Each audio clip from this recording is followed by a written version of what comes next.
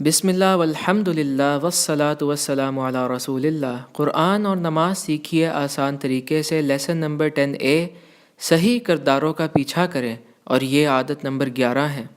الحمدللہ پہلے لیسن سے لے کر اس تک ہم 37 الفاظ کا احاطہ کر چکے ہیں، جو کہ قرآن مجید میں 11,150 مرتبہ دہرائے گئے ہیں۔ اعوذ باللہ من الشیطان الرجیم، اہدنا الصراط المستقیم، ہمیں سیدھے راستے کی ہدایت دے۔ یہ ہم نے پچھلے لیسن میں پڑھا تھا، اس لیسن میں ہم جاری رکھیں گے۔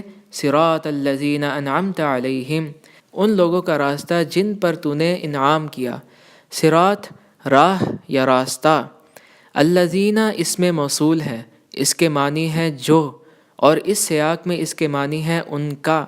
انعمت انعام سے ہے، انعام کا لفظ اردو میں بھی معروف ہے، لہذا انعمت وہ لوگ جن پر تو نے انعام کیا، علیہم ان پر۔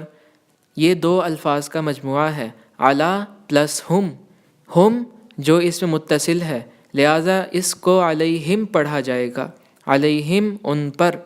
لہذا صراط الذین انعمت علیہم، ان لوگوں کا راستہ جن پر تو نے انعام کیا۔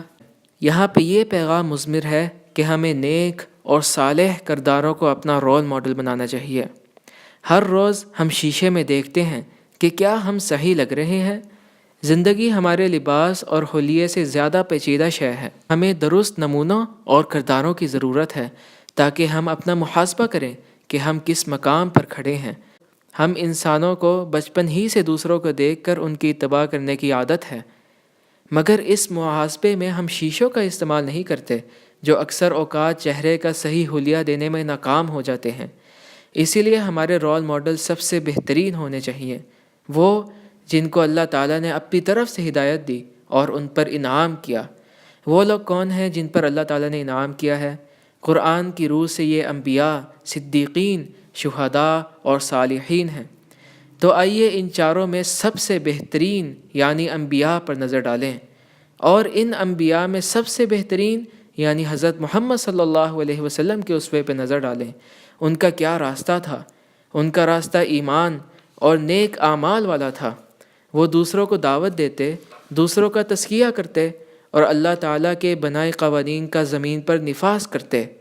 جب ہم کہتے ہیں صراط الذین انعمت علیہم، دوسرے الفاظ میں جب ہم یہ آیت تلاوت کرتے ہیں، ہم اللہ تعالیٰ سے دعا کرتے ہیں کہ وہ ہمیں ان چاروں افعال پر عمل کرنے کی مدد عطا فرمائے۔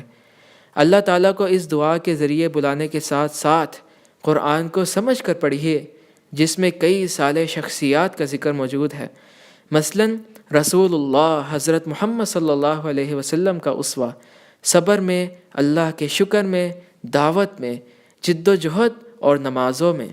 اسی طرح حضرت آدم علیہ السلام کا اسوہ، حضرت یونس علیہ السلام کی توبہ کا عمل، حضرت نوح علیہ السلام کا صبر میں دعوت دینے کے مختلف طریقوں کا اسوہ، حضرت موسیٰ علیہ السلام کا مظلوم قوم کو نجات دلوانے کا اور ظالموں کو دعوت اسلام دینے کا اسوہ، حضرت ایوب علیہ السلام کا بیماریوں اور تکلیفیں جھیلنے کا اسوہ، حضرت لوط علیہ السلام کا بدبخت اور فحش لوگوں کو اللہ کی راہ میں مخاطب کرنے کا اسوہ، اور حضرت شعیب علیہ السلام کا ناپ تول میں کمی کرنے والوں کو دعوت اسلام دینے کا اسوہ، وغیرہ وغیرہ۔ ختم نبوت، صحابہ، تابعین اور صالح علماء پر لکھی جانے والی کتابیں پڑھیے اور اچھے دوست رکھیے۔ دوسرے الفاظ میں یہ بھی کہہ سکتا ہوں، اے اللہ، اگر آپ نے آج کسی نے ایک بندے کو زندگی بخشی ہے اور وہ بھی وہی کام سر انجام دے گا جو میں اس نماز پڑھنے کے بعد دینا چاہتا ہوں، تو مجھے توفیق دیجیے کہ میں بھی وہی کام کروں جو وہ نیک شخص کرے۔ آج کے لیے اتنا ہی۔ جزاکم اللہ خیراً، والسلام علیکم ورحمۃ اللہ وبرکاتہ۔